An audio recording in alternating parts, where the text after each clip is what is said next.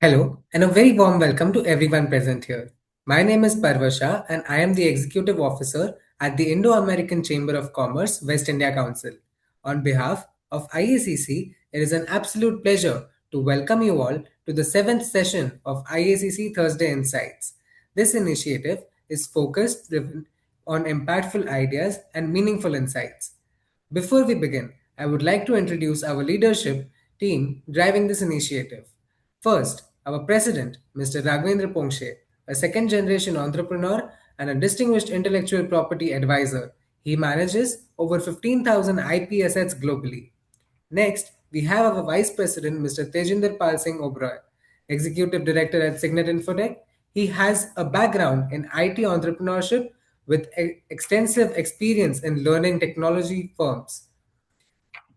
Next, along with him, we have our Vice President, Mr. Manoj Balwani, a certified AI journalist and an alumni of IIM Ahmedabad, a four-time entrepreneur and a seasoned management consultant. Now, without any further ado, I would like to invite our IACC Vice President, Mr. Tejinder Pal Singh Oberoi, to deliver the opening remarks. Hi, good morning, ladies and gentlemen. A very warm welcome to each one of you, and thank you for joining us for another insightful edition of IACC Thursday Insights, an initiative of the Indo-American Chamber of Commerce, West India Council. On behalf of Indo-American Chamber of Commerce, it's my pleasure to welcome all our esteemed members, industry leaders, entrepreneurs, professionals, and guests who've taken the time to be with us this evening. Our objective through Thursday Insight series is to bring together thought leadership and subject matter experts who can share practical knowledge, emerging trends, and actionable strategies that empower business to grow and adapt in today's dynamic business landscape. Today's session, From Complexity to Clarity, the CEO's Playbook for Growth, addresses a challenge that every organization faces. As businesses expand, so do the complexities, whether in operation, decision making, team alignment, or strategy execution. The ability to simplify these complexities and create clarity is what distinguishes successful leaders from the rest. Every business leader today is operating in a world that is more connected than ever, yet paradoxically more complex than ever before. Market change overnight, technology evolves continuously, customers expect more, teams are distributed, information is abundant, yet clarity often becomes scarce. Ironically, organizations rarely fail because they lack intelligence. They struggle because somewhere along the line, complexity quietly replaces clarity. So let's look in today's session, let's understand how leaders simplify without oversimplifying, how they create alignment without bureaucracy, and how they transform uncertainty into decisive actions. Our speaker today has spent years helping organizations navigate exactly these challenges. We're delighted to have Mr. Chandrashekhar Badve, a distinguished design-led transformation expert, growth and complexity reduction advisor, and visionary design strategist. His work revolves around helping organizations remove unnecessary complexity and build systems that allow people and businesses to perform at their best. We look forward to learning not merely frameworks, but ways of thinking that every CEO, entrepreneur, and business leader can apply. I would request all participants to kindly keep yourself on mute throughout the session to ensure a smooth experience. Please post your questions in the chat box during the presentation, and we'll address as many as possible during the Q&A session. Let me, without delay, let me get Mr. Chandrasekhar Baude to go ahead with the session today. So basically, before we talk about the solutions, let's first understand the environment leaders are navigating today. What concerns you most about organizations today?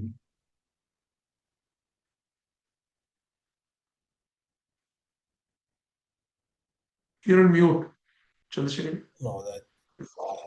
Yep. Audible? Yeah. All right. So it's quite an exciting session. Thank you, IACC. And thank you, all the members who have joined today to discuss, navigate, and understand something which is fairly very complex. But let me start with my own quick thought on this. And it's quite a embarrassing thought. Let me put this. So my journey and my career of last 25, 26 years, I realized something very, very simple and profound, something that actually would matter to most of us. And this was a probably a time in between my own journey, in my own career, in my own organization, that all the briefings that we used to get as a strategy company were given in the most complex manner, in the most difficult way to understand manner. And all this started becoming problems for us to understand and decipher, and then eventually give a solution or give a strategy to. In this journey, as I mentioned, quite an embarrassing thing is that what I realized was what mattered, and what realization came out of it was that all this information meant one thing. And that was a profound change that I started my journey all over again. So this is close to 10, 12 years, 15 years of work. I realized this, and then the journey transformed. And that is where we started practicing this exactly the other way around, uh, which is that all the thoughts, all the strategies, all the briefings that we used to get from organizations have one thing, and one thing in common, which needs to be deciphered, unfortunately, is the purpose why that organization exists. And everything is just aligned towards achieving something like that. So, this realization, though very, very simple, I could not believe saying that, oh, it can't be this. Come on. With so much of expertise and experience on the other side and this side as well, it can't be so simple. But what this helped me was to transform our own process, and which eventually led to our own consulting business. So that was the start point. What I've been observing with a lot of these organizations and brands that we've worked with are that there are silos. Each one of them have their own agendas or directions, and then all of these directions just collide. That is one problem. I'm going to keep it very simple and straightforward so that the message is sent across. I'll be jargon free as far as possible. I'll be framework free as far as possible so that the point is, the mute point gets through. So, silos, conflicting directions, and most importantly, lack of clarity of or understanding of where the organization is heading towards. What is the purpose of this organization? Why are we doing this? So, what most organizations, what I've realized is that they don't ask why questions. All of them, or most of them, are asking what questions. What do I make? What do I produce? What do I do? And that's the last bit. So we need to turn this around and say that why are we doing anything? What problem are we solving? Most important is why are we solving the problem? By solving the problem, are we creating even more bigger problems, or are we reducing? Another thing most people forget is that nature grows by not only growing but also by pruning. So we have to prune, we have to remove, we have to cut it short, we have to make it lighter. And that's something that is my message today.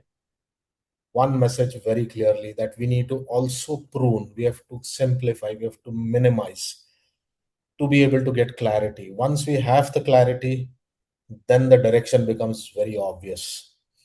So complexity is a very funny situation, is what I will leave. So this is what my observations with a large to very small brands are. We've been fortunate to work with very large Fortune 500 brands, to India Fortune 500 brands, to absolutely small startups and entrepreneurs. So the pattern remains common across. So that's my observation so far. in last, 25, 30 years. It's so every company has an access to technology and capital. So, what is a competitive advantage today for an organization? So the competitive advantage lies in strategic focus. Technology, information, tools, frameworks is available to everybody. And it has become even more evident and more, I'd say, faster with the AI invent. So the focus should not be on tools and techniques, but the focus should be on clarity of direction, clarity of purpose. And that will help you, again, as I mentioned, remove a lot of unnecessary things. Most organizations or most individuals at the CXO level, I've observed, is that they get clinged on to ideas that don't work. And we try and prove those ideas and keep working on those. Instead, what one could do is to stop, to pause, to take a punctuation, and then start reworking and asking very fundamental questions. So my habit, while I work with a lot of CEOs, is to ask a lot of why questions. And within these sessions, these why questions would lead to strategic advantage, saying that, oh, this is what we are good at, and everything else is just trying to fulfill that advantage. So once we divide this into what is it the advantages or what is the unique proposition that we have, and everything else is trying to supply to it, the journey starts. So this is what I would say. Technology, or for that matter any other tool framework, is not the competitive advantage. I don't think so. Clarity of thought and purpose.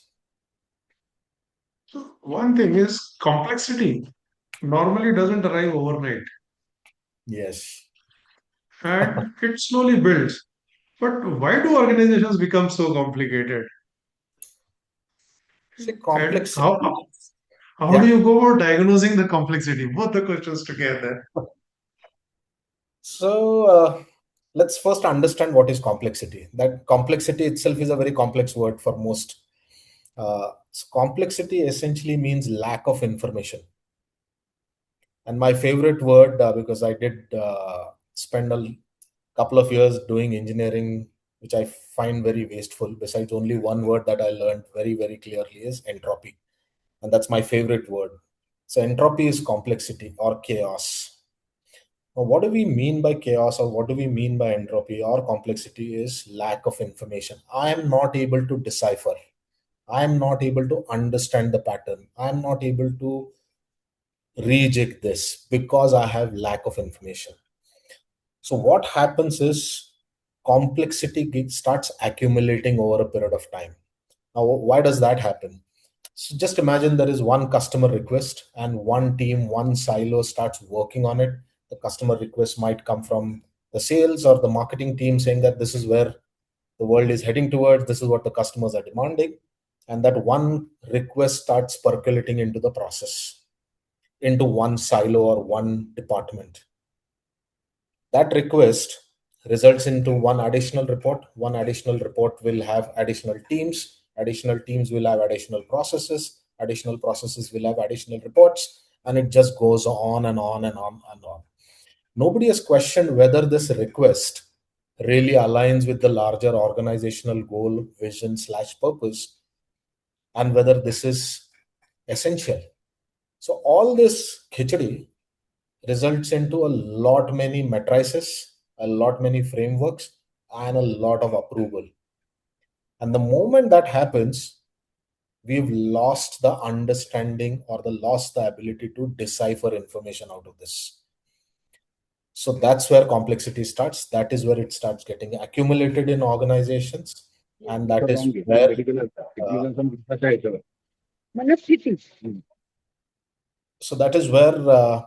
complexity starts consuming a lot of energy. And to solve complexity, energy is required. So we need to understand where do we spend energy. We have definite energy. We do not have infinite energy. So that's the background.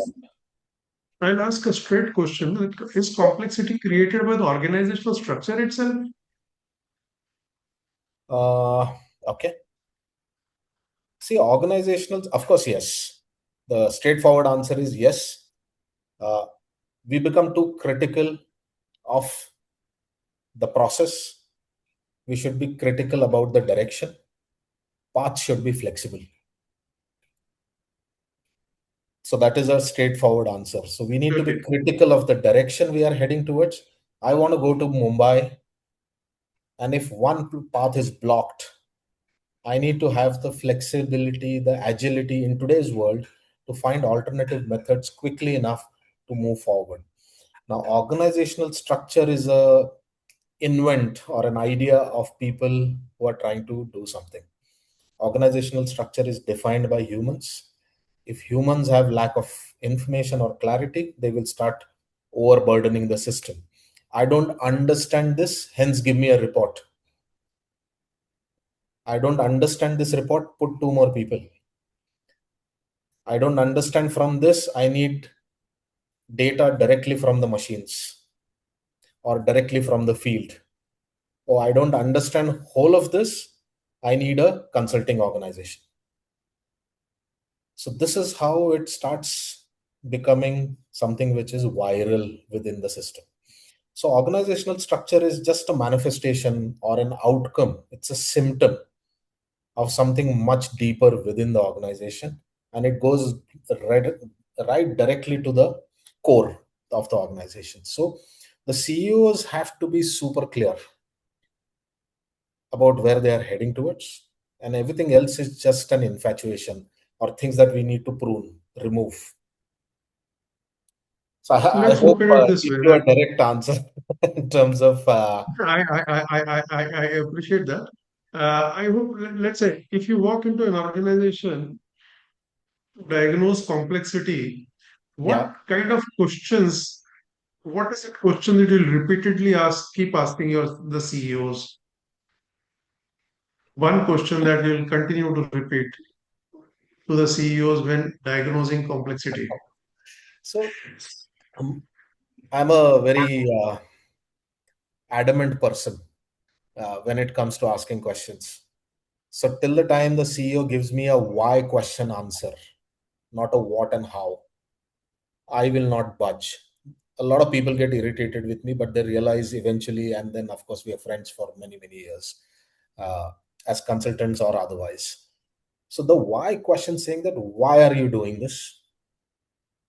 Why is it so important to you?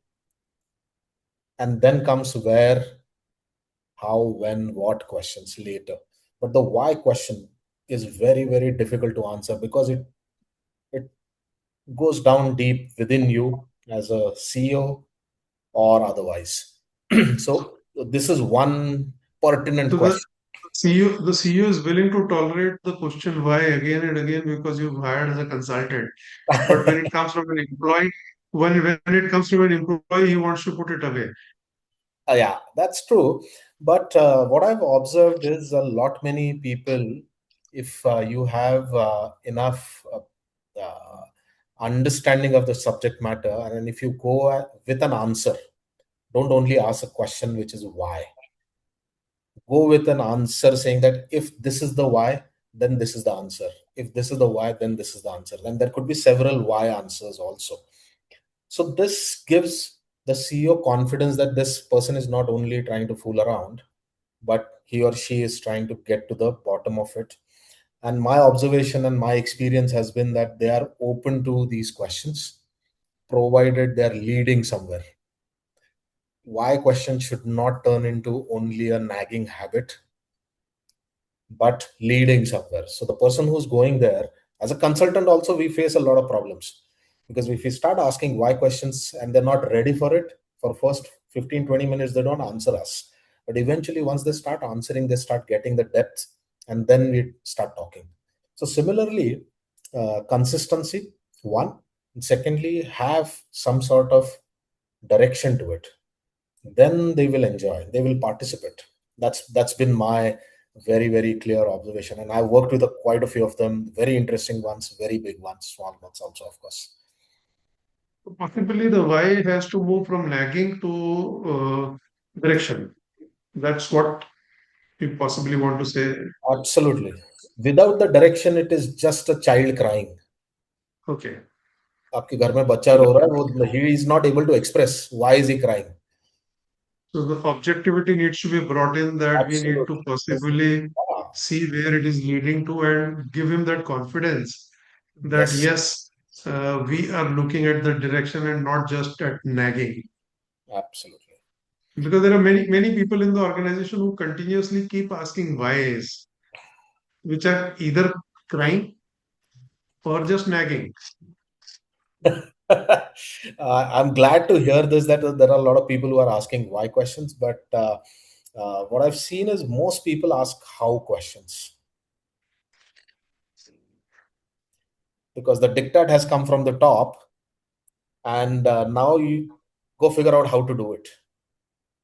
Nobody seldom in a board meeting would stand up and say that, but why are we doing this? And that will lead to a lot of frustration within the boardroom.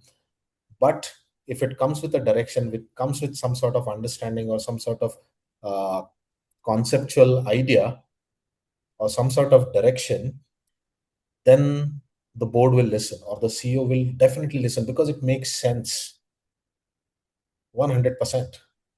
So, so, so the next question comes is, okay, we're moving from a why Yeah, to a how.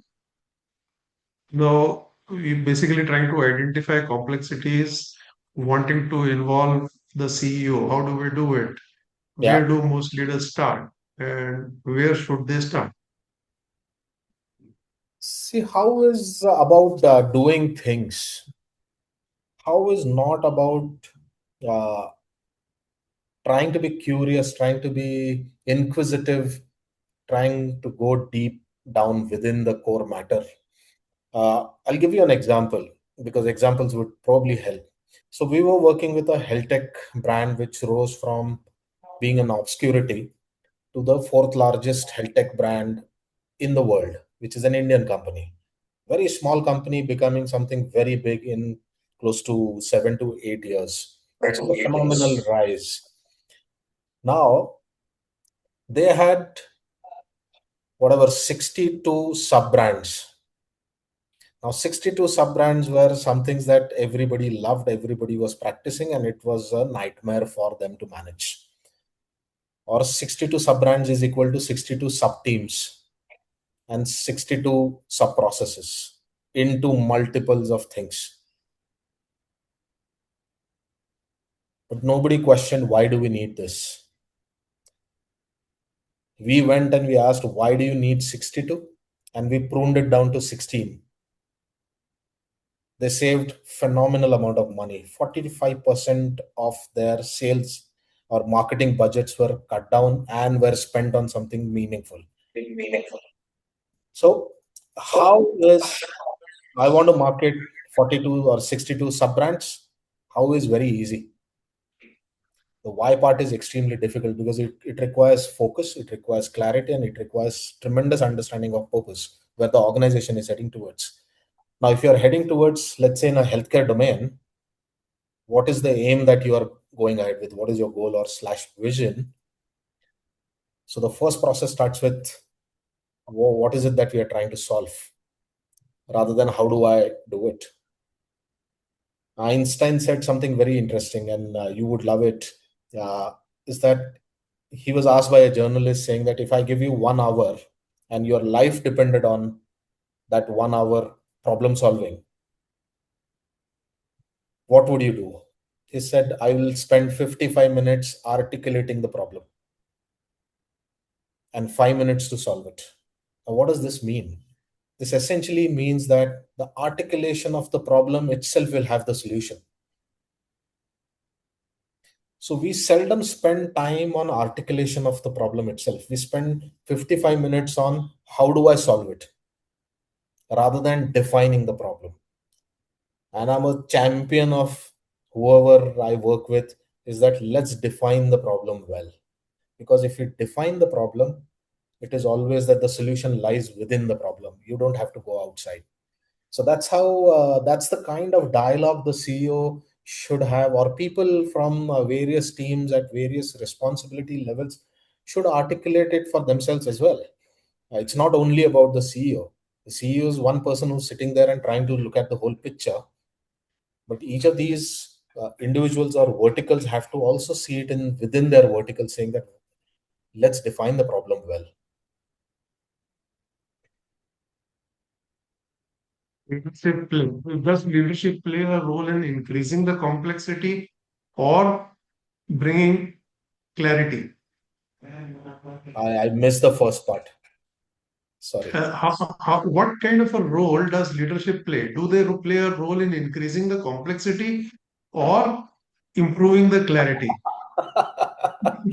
uh, See, I feel the leadership is clear in terms of where they are heading towards. Uh, we want to head towards that direction, or that is the goal or the vision that we have or the roadmap that we have. So their role is not definitely not to increase the complexity. I've never across somebody who's trying to say that, oh, we want to make this complex. No, never. Nobody wants complexity, and there's an obvious reason to it, because it is linked to our brain. Our brain is the laziest animal. It consumes more than 20% of the glucose that the body produces, which is a phenomenal amount of energy it requires. So our brain is essentially trying to avoid. So nobody wants complexity. That is a fundamental premise. It becomes complex. So as far as leaders are concerned, I'm sure their glucose levels are consumed far more than 20%. So they're not involved in creating complexity. But are they involved in creating clarity? Is a thing that they need to work on. How do they work on, etc.? There are separate ways to do and deal with. So clarity, which if they can produce in every meeting, and there could be very simple questions. See, what happens is people love complexity because it looks very glamorous.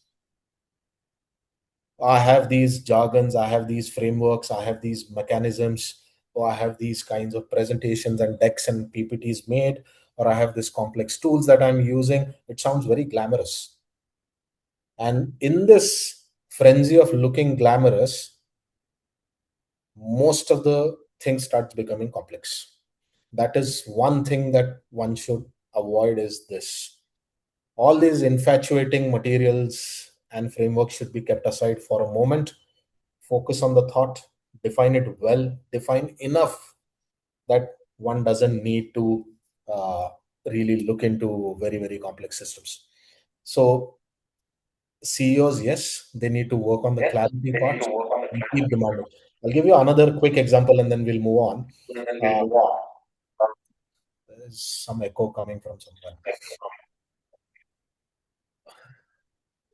So Steve Jobs once, in one of his very small interviews, the journalist asked him, saying that, why are you repeating yourself every day in and out? Every single moment you are talking like a madman. Why are you repeating it so much? It's one message and you're repeating every single moment, every single person you're meeting in your teams. So he says that if I don't repeat it, one, I will forget what is the direction. Second, it is extremely crucial that the entire organization, across teams, across levels, have to understand that there is only one goal. So even if we do this as CEOs, I think it is enough that everybody is aligned every single moment, every single day, every single strategy meet, or whatever conferences that one attends, so that there is no digression, there is no delusion, or there is no delusion. So that could be something that one could definitely look at. Very simple practices, and I believe in simplicity. In design, they says that making complex design is very easy. To make simple design is the most complex. It's I fully agree with you on those points. Raghavendra has also joined us, so we can Hi, also Raghavendra. bring him in to ask some questions. So one question that I want to ask is strategies get done in the boardroom. Things are very rosy there, budget allocations happen, but when they come at execution level, that's where challenges or struggles start coming. So what are Yes. the earliest warning signs and how do we ensure that those things are done better? I think this is the most important question in the whole series that we're going to do. Uh, we've seen meetings or alignment meetings for alignments.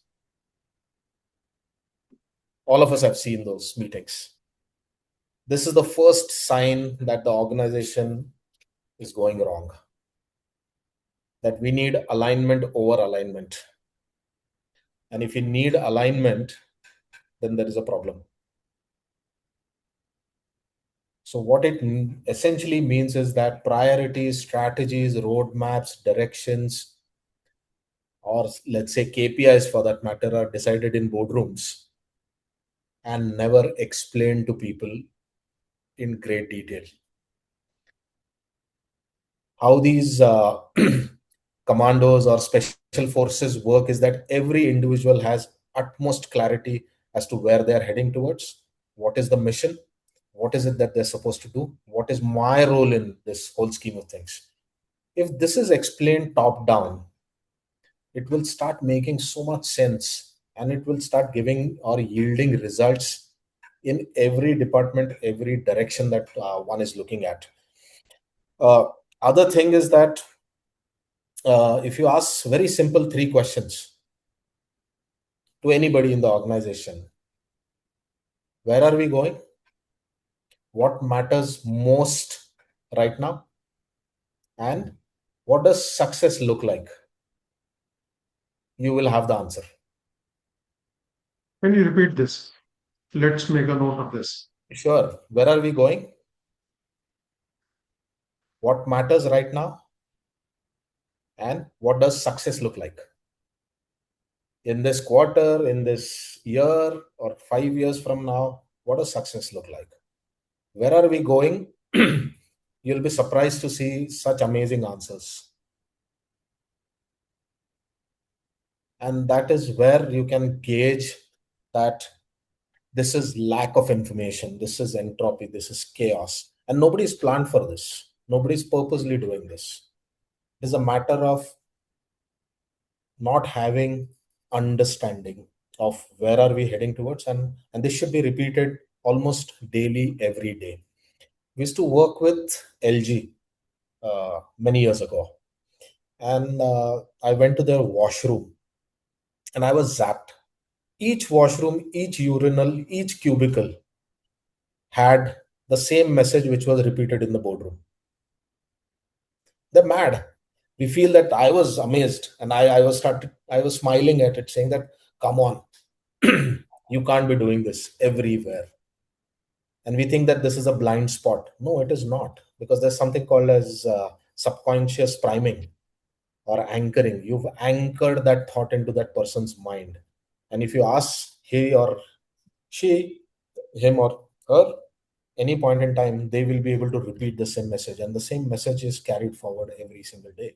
So these are very simple techniques, very simple methods, very important ones. And this is something that we lose.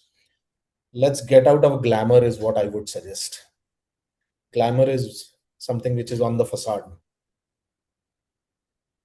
The foundation has to be stronger, not the facade. So yeah, So these what are the earliest things that warning one would signs? look at. What are the earliest warning signs for increasing complexity or chaos? Earliest warning sign: confusion. Yes.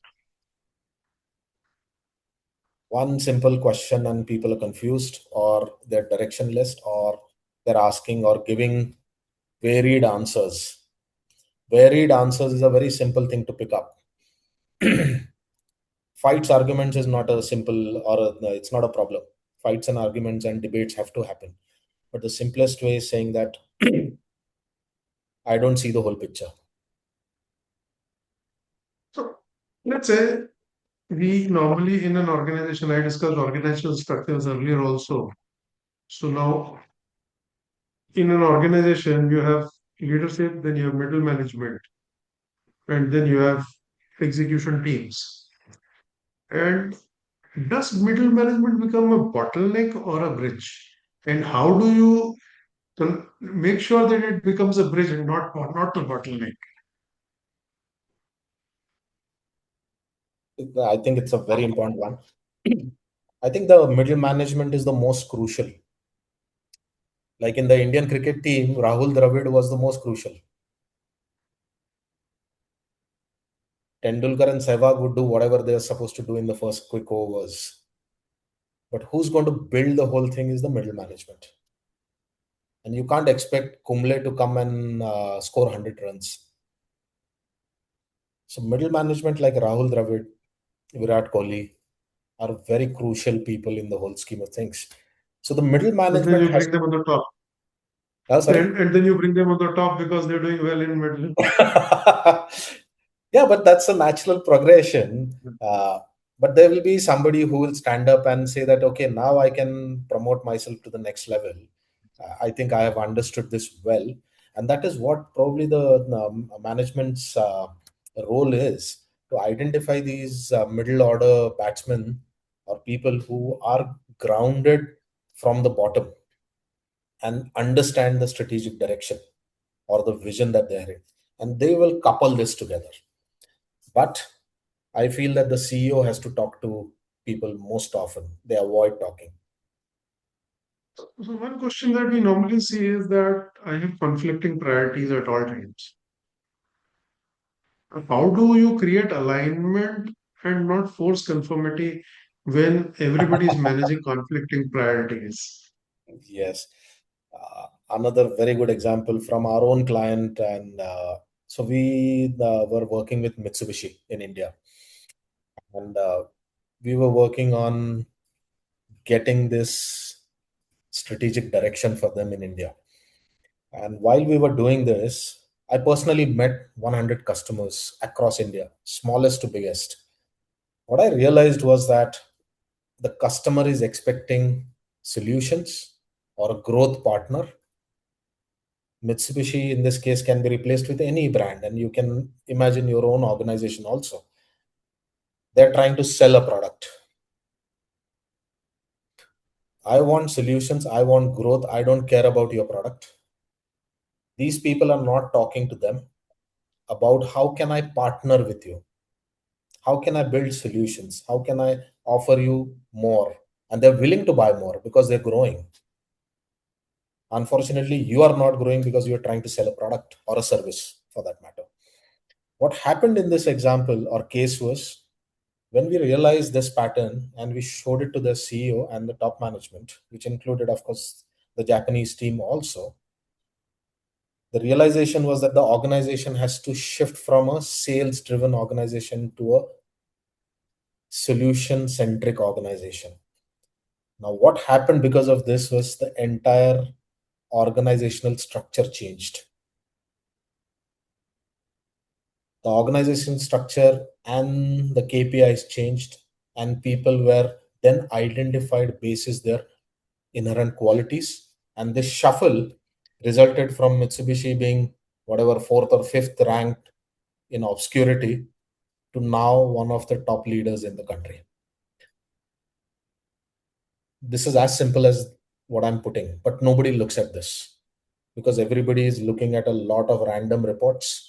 Those reports don't make sense, and then there is a lot of pressure saying that कि ये division, ये west zone अच्छा कर रहा है, east zone खराब है, north ऐसा कर रहा है, south वैसा कर रहा है, and those kinds of things starts happening.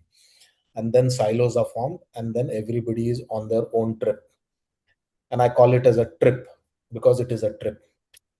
And this needs to be solved right at the top, saying that this is where we want to be. This is where, and people were very vocal saying that we don't care you are Japanese. We don't care about your innovation. You tell me what do you bring to me so that I can grow. These are verbatim statements. And the sales guys are trying to say the same statements, but they were told to be shut. So as a consultant, we could. And then, of course, the whole structure changed, organizational structure. The KPIs changed in 6 months and fantastic results. So simple things can add to a lot of value. It's a lot of guts to actually transform an organization from one model to another and You see growth and money. change people also. Yes. And So, thankfully, most of the members who have joined today are CEOs or leadership level. They have the guts. They need yes. to have conviction. And So we conviction, need to basically convert the middle management into a bridge and not a bottleneck. They yeah. need to be part of the simplifying story. Listen to the most simple person trying to tell you. Yes. So how can decision making be simplified on day-to-day basis? So, see, decision making again brings us back to very fundamental things, which I, of course, started with, was that decisions are dependent on information. Information comes out of clarity. If your decisions are based on half information or Chinese whispers, then the decisions are going to be incorrect. For decision to be intelligent or decisions to be right or agile, I would not say right, because there is no decision that is right per se. Because if the environment, the context change, which keeps changing in this world today, it is so rapid that every 6 or 8 months the context is changing. So in that case, you can't say that this is the right decision. That was the right decision for that moment. So what we need to have is the path has to be flexible. Direction has to be rigid, strong, saying that this is where we are going. Decision making also comes out of you being able to see the whole picture and then identifying how do we put this across in the most simplistic manner. Then comes saying that, okay, our challenges is that people do not have the perspective. How do we bring perspective? How do we ensure that decision making is passed on? If every decision is coming to the top management, and we do this, we put down an org chart and we put a simple one process of theirs and we identify where are the decisions headed towards. And you'll be surprised, most of the decisions are going to the top management above middle management. If that is the case, that means one, the entire organization is dependent on 2 3 people who have absolutely minimal information what is happening down south. Also true. And it is an eye opener for most of the top management. Once you put an org chart and the process and you start pointing arrows saying that decisions are coming up, that means you've not created a system where people at every level are capable of taking decisions. You've not equipped them. Nobody's power hungry. I've seen KPI documents. Yes, I've seen KPI documents where people list out minor activities like daily reports and conveyance allowances and stuff, and make a 4 page, 5 page KPI sheet wherein they dilute the key goals that Absolutely, you're KPI right. needs to serve, Yeah, and therefore the guy gets locked up into servicing his KPI document and forgets the goals for the purpose for which he's there. absolutely. I'll give you a very simple, very good one. Good point. Very simple example is your society watchman. Yeah. What is he doing? He is entering your name, number, kisko milne jana hai, what flat number, and that's about it. That is what he's concerned. He's not concerned with what purpose are you going there. What is my Forgets the security aspect of it. exactly. आपने Yes. सारी information they the, you are free to do whatever. Yes. He's So forgetting that primary. I'm that is the irony of things. Yes. So moving ahead, Yep. if a CEO wanted to begin tomorrow morning, what would be the three first practical steps that he should start with for bringing clarity from complexity? So if Monday morning, if his team does No, not we'll know, start on Friday. We'll start on Friday. okay, all right. So if the CEO on Friday goes and talks to his team, anybody for that matter in the organization, top to bottom, and if they do not know what they're supposed to do, not physical task, what does this add up to? There's a huge problem. If I'm doing XYZ work, how does this add up to a larger goal? And this has to come through from bottom to top or top to bottom, either ways. So that's the first thing you should do, is that go down, talk to everybody, and ask, how does this add up to the larger goal? And if that person who's doing probably, let's say, a simple coding operation, if he does not know, or if he's doing some manufacturing activity, if he does not know or she does not know that where does this add up to, I think the journey has begun on Friday. Let's not wait for Monday. And that's the simplest thing you could do. And that is it's like a thermometer. For health checkups, you only need two or three things: a thermometer, a blood pressure monitor, and a weighing scale. In my final project at the design school, I realized after talking to many, many, many doctors is that अगर ये तीन है तो sufficient है. And if you are an Ayurvedic practitioner, you only need one thing, which is Nadi Pariksha. Yeah, so basically, even the older school thought for medicine was just do pulse, just read the pulse. Absolutely. Nadi Pariksha kar lo, and you will realize that where are we heading towards as a whole body. Our body is a classic example of there are many systems working in silos apparently, but they are working towards one goal, and it is called autopoiesis, which is to maintain your body structure intact so that you could live. नहीं तो हम सिर्फ इस पे काम कर रहे हैं. Let's say the circulation system, which is sales, and the other silo is working on something else, and the body is getting fragmented, is of no good. So each cell in our body understands the purpose of what they are doing, and hence the CEO should go tomorrow morning, generally talk to people, nadi pariksha karo, and the journey begins. Now, coming to some other questions. Sure. Why do these transformation initiatives fail despite having good intention, despite organizations putting their best efforts? But we see a significant amount of failure also when we look at these kinds of things happening. So the first foremost, I would like to say that failure is good. We have such a stigma in India, and this is an Indian problem, by the way. It's a social taboo. It's a stigma that if you fail, you're no good. If you go to any other entrepreneurial driven country, let's say California for that matter, or in Europe, in Sweden in particular, if you fail, no problem. You stand up and start doing things. So first foremost, we need to remove the stigma, because failure, uh, and to avoid failure, most people work for this.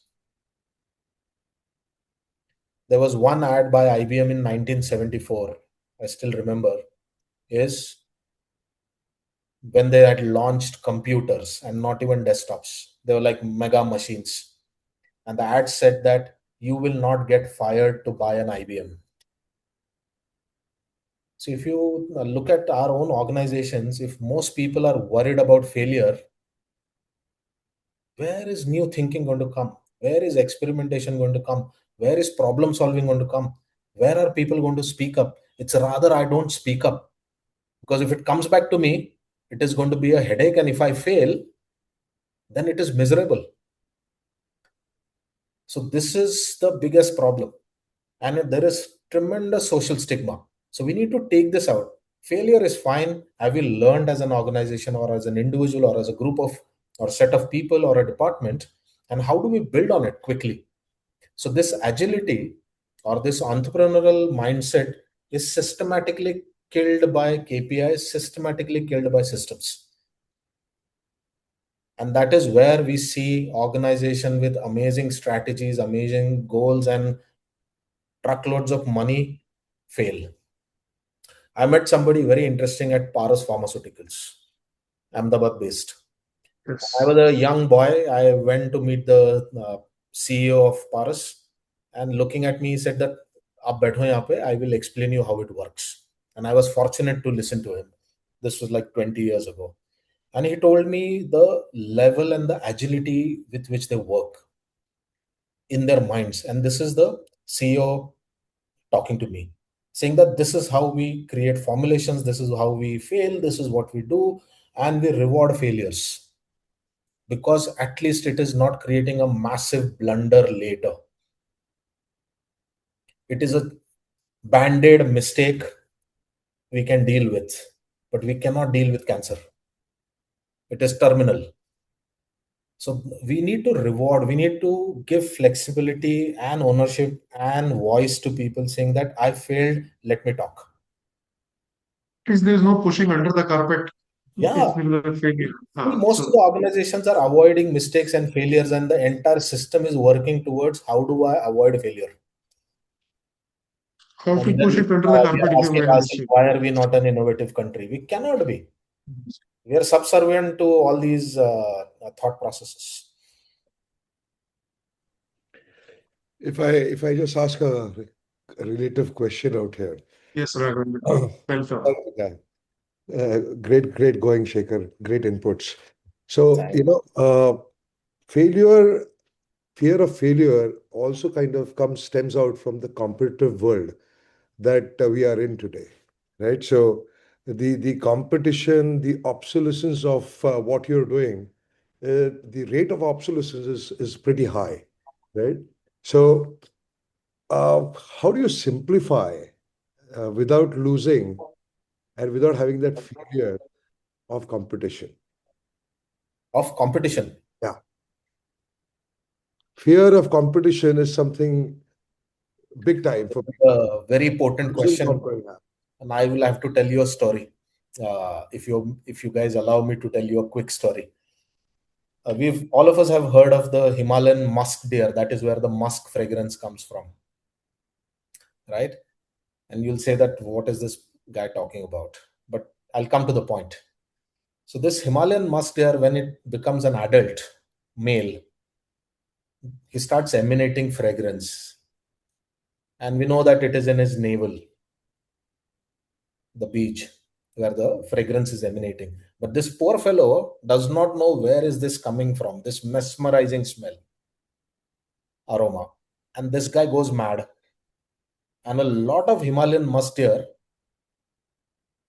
do not understand this, and they jump off cliffs. Most of the people do not know this, and hence it is extremely difficult to find this. So this Himalayan musk deer, just imagine, realized or understood, or somebody told him that, Baba, this is coming out of you, and you're such an amazing person, and you have this tremendous capability, is equal to that you have such tremendous core strength which is intrinsic to you. And in my language, because I studied some chemistry, was positive valence. So you have some valence, you have some valency, which you can give it to the world. Why are you worried about the world? Another thing, Tejinder, I would also like to this. Raghavendra has brought a very pertinent question. Is that I've seen reckless, mindless competition, and we worked with. I'll tell you, we worked with Unilever, Dabur, ITC at the same point in time, And they were worried, saying that how can you work for all competitive organizations? I said that if you do not have clarity or your product is not good, I don't want to work with you. Because what you're trying to asking me to do is creating a facade on a bad product. So if you have a good product / service / idea / innovation, invention, whatever you want to call that as, I'm ready to work with you. And then you don't have to worry about competition. So if we spend our times in identifying what are we really good at inherently, intrinsically, like ITC had realized that they are not good at product, they are good at distribution. And they were never worried about Unilever and Daburs and anybody of the worlds. I'm talking about personal care products. Never ever I got a briefing saying that we want to be better or see what Unilever is doing from the ITC CEO. Never ever. And I was amazed to see that, because we were working with a lot of other organizations. I'm naming organizations to get clarity. It is not that they have this drawback inherently. So we need to be the Himalayan must here to know that I have something great within me in my organization. I need to clearly identify that. Do not waste your energies, time, effort, money onto this perpetual treadmill. I call that as a hedonistic treadmill. How far and how long can you run on a treadmill? 30 minutes, 40 minutes, 1 hour. You are Ronaldo or somebody else. Very boring. Yeah, Very Usain boring. Bolt or one of those Kenyan marathon runners. You will run for 2 hours. What after 2 hours? You need to be in ICU. And so most brands that we have worked with are on ICU, in ICU ventilated support systems. And they're borrowing money, hard-earned money, to promote, to propagate, and to counter competition, which was never the competition. It was lack of clarity of what they're good at. So thanks, Raghavendra, to bring this up, because this is extremely crucial. So competition is good. Competition has to be there. It will be there. Complexity will be there. But focus on what you are good at. Your own positive balance, which will result into this beauty. Like another Indian saying in English is that two flowers blooming next to each other are not in competition. They're producing enough nectar that every bee wants. Yes, absolutely right. Yeah, another Raghavendra, favorite of my example whenever I go on to these trips is that Netaji or Gandhiji is my favorite example. Both of them Both wanted of them freedom wanted. for the country. But there were some yes, people who were following Netaji and some people who were following Gandhiji, because there was value alignment. There was something very intrinsic, powerful about these two individuals. And what marketing and branding is trying to do is Netaji ko Gandhi ji ke kapde pehna rahe aur Gandhi ji ko Netaji ke. How is that going to work? so Philosophically, one, it's incorrect. so I'd come across a book, the title of which I fell in love with. So not that the book was equally chaotic, but the title of the book was Thriving in Chaos. Absolutely. There's another wonderful book called Information Anxiety. Yeah. So I think thriving in complexity should be one subject which we Absolutely. should try and address here.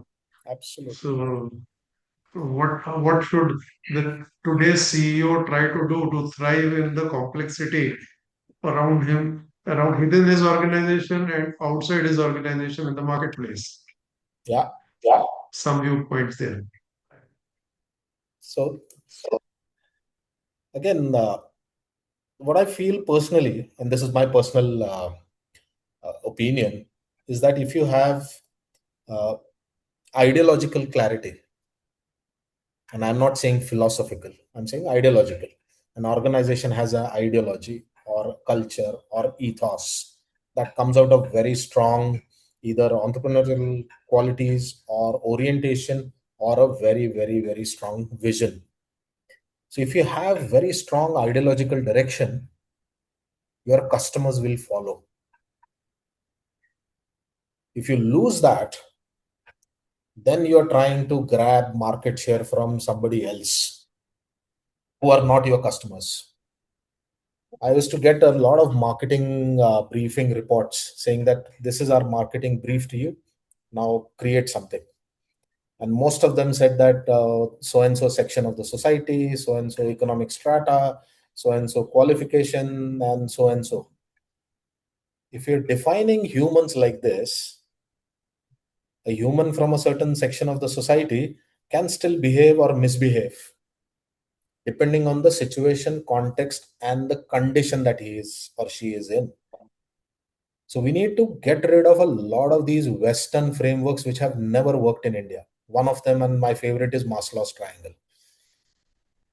So the CEO needs to have this very strong ideological direction, keeps talking to his people day in, day out, every moment, relentlessly, so that the organization is oriented and hence the customer see value. Ki are haan, Netaji is talking like Netaji and he's not talking like Gandhiji or vice versa. That is a big problem. And one of the very simple and beautiful examples out of India are Amul and Shri Mahila Graha Udyog. They're very small brands like the Lijjat Papad people. But their ethos is so strong, they would welcome competition because they are working not for making papads/money, but they are working at a larger goal, which is to empower women. More the merrier. So the moment you have clarity at the top, which is the vision clarity, our vision is, of course, money is a byproduct, but my vision is to empower people. Like one of our clients who used to make these VCI films, which is for protection of metal parts from rust. I said, ki, ye VCI film, there are so many, dime a dozen organizations who are making this. What is it that you want to achieve? I want to achieve that we save a lot of money for people. So say it. VCI film is just a conduit, just a pipe for this to go from here to there. So we changed the entire direction of this organization, saying that we want to save money. Now their customers were jumping on them saying that, yes, please save my money, rather than I'm selling VCI films to prevent rust. Brings tremendous strategic clarity, simple, not complex, something that they can own, which comes out of them, like the Himalayan musk deer, and then they are proud of it. Then everybody wants to jump in at the cost of their lives in our freedom struggle, similarly. Okay. Listening to somebody, listening to somebody speaking from Swiggy, it is that we are in the business of saving time for people. Absolutely. And it doesn't matter whether we're doing it through e-commerce or delivering food or whatever. We're basically saving his personal time, which he can spend with his family, watch a movie or whatever. Another very good example is Uber and Airbnb. Most people say that Uber is in the business of transportation or mobility. No, they're not. They're in the business of anxiety reduction. Sir anxiety बढ़ जाती है जब उबर की गाड़ी नहीं मिलती. Correct. वो तो अलग problem है इंडिया में. I hope they're working on this. Otherwise, I we'll hope they're working on this. Raghavendra, any comments or questions you have? Because I think we are now out of By time. the way, Airbnb failed because they were not able to understand what is their business proposition. You had asked me, Tejinder, saying that ki hamara USP kya hai? So the USP for Airbnb, they thought that they were providing accommodation to people. But their USP was to reduce anxiety for the owner and for the person who's going to stay there. And the moment they realized this was done through a very strategic design thinking exercise, it had nothing to do with design per se, jo hamara common understanding of design. but the thinking exercise.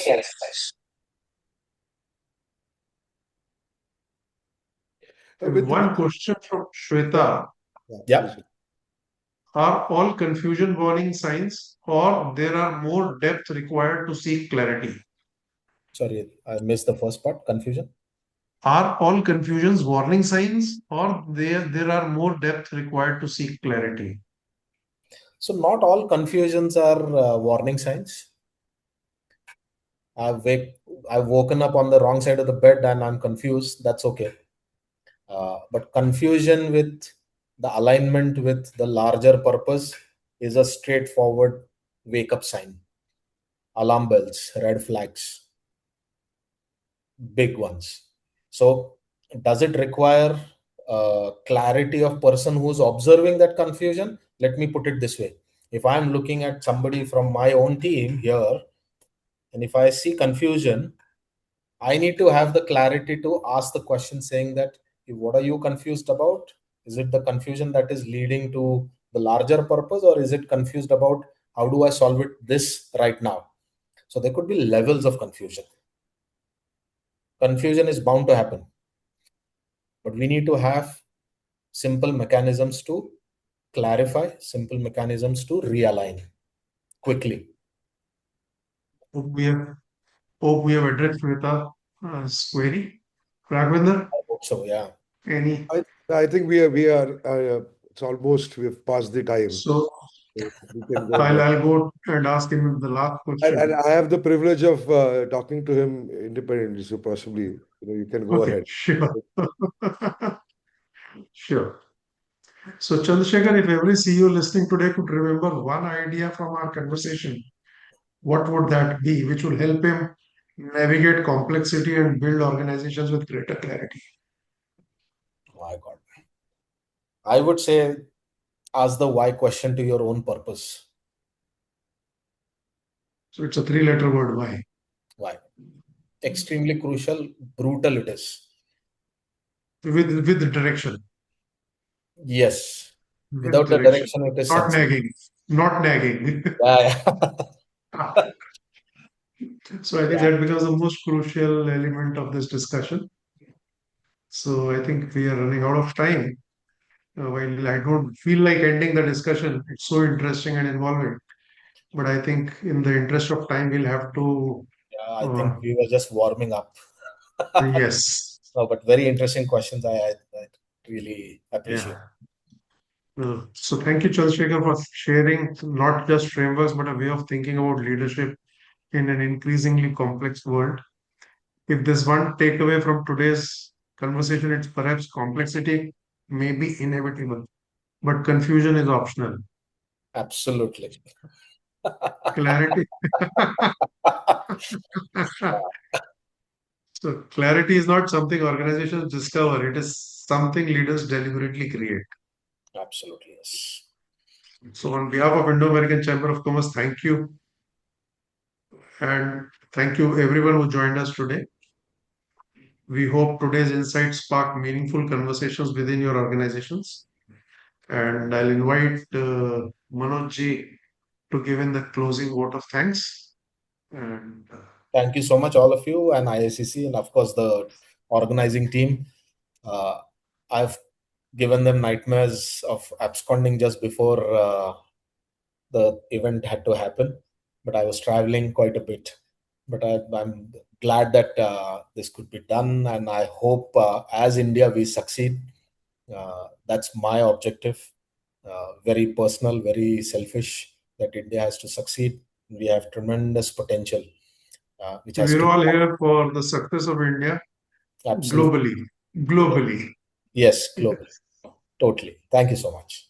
So inviting Thank you, Manoj ji. everyone. Ladies and gentlemen, as we wrap up this evening's session, it is my absolute privilege to bring this narrative to a close today.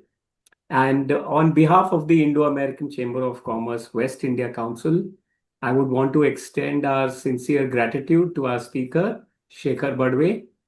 Shekhar, your insights on moving from complexity to clarity did exactly what the title promised.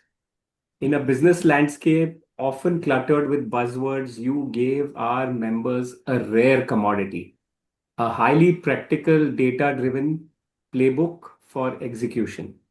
So thank you very much for showing us Thank how you to so much. turn organizational alignment and agility into a definitive bottom line asset, I would say. I'd also like to thank our president, Raghvendra Pongshe, for his relentless focus on ensuring that our IACC Thursday Insights platform continues to deliver premium, future focused value to our ecosystem. And to our members, corporate leaders, and partners tuning in today, thank you for spending your most valuable currency, your time, with us. Your engagement is what keeps this bilateral bridge so dynamic. Finally, a quick note of appreciation to Vishnu, Parva, and the entire IACC Secretariat team for their seamless behind the scenes delivery of tonight's masterclass, I would say. And we hope all of you leave today's session not just with information, but with a clear roadmap to driving sustainable growth within your boardrooms. Thank you all. Have a wonderful evening, and we look forward to seeing you at our next IACC engagement. Good night. Two late entry questions. So if you want to take them, we have a minute and we can take them. Sure. Sorry, but it's after the program, but somebody has written a late question. How do Sure. older organizations work on change of work culture because of change in the product cycles? This is Girdhar Krishna who's come up with this question.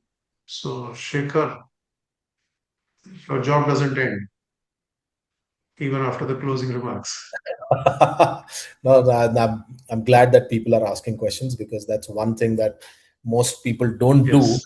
But again, I'm not able to hear you well for the first part. So, how do older organizations work on change of work culture because of change in the product cycles? Ah, oh, this is a long one, but I'll try and keep it simple. Uh, Yeah. I probably would give an example. So we're working with Siemens Energy Global uh, out of US and Germany, and they're a legacy organization for many more than 100 years. So they have systems and processes and all the techniques that they have are legacy techniques, and the product, service, and the entire demand cycle is changing dramatically in the energy sector. So this organization is trying to move from what they were. Of course, they're one of the biggest.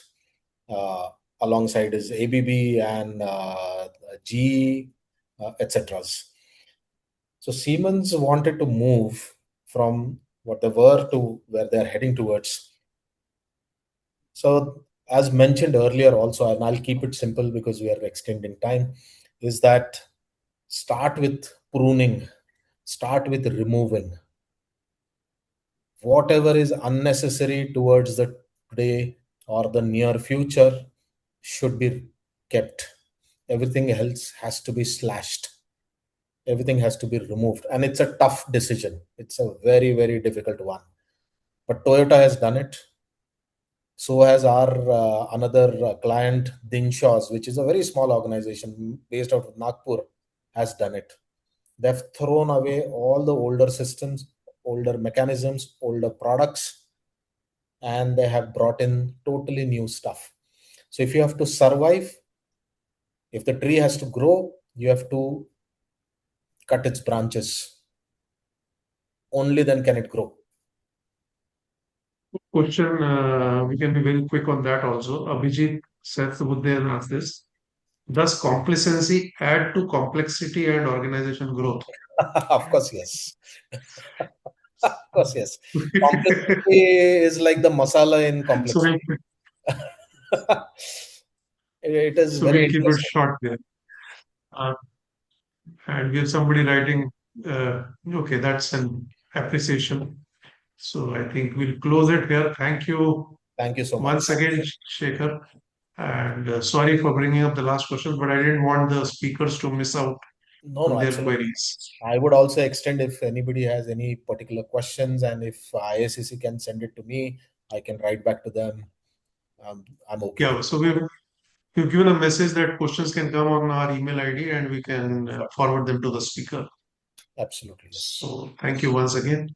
Wonderful. And see you all. Pleasure. Bye. Thank you. Okay, thank you, Bye-bye. everyone. Thank you. Good night. In Thanks, next session. Rajendra, Thank for you. introducing me to this wonderful panel and the group of members. Thank you so much. Thank you very much. Thank you.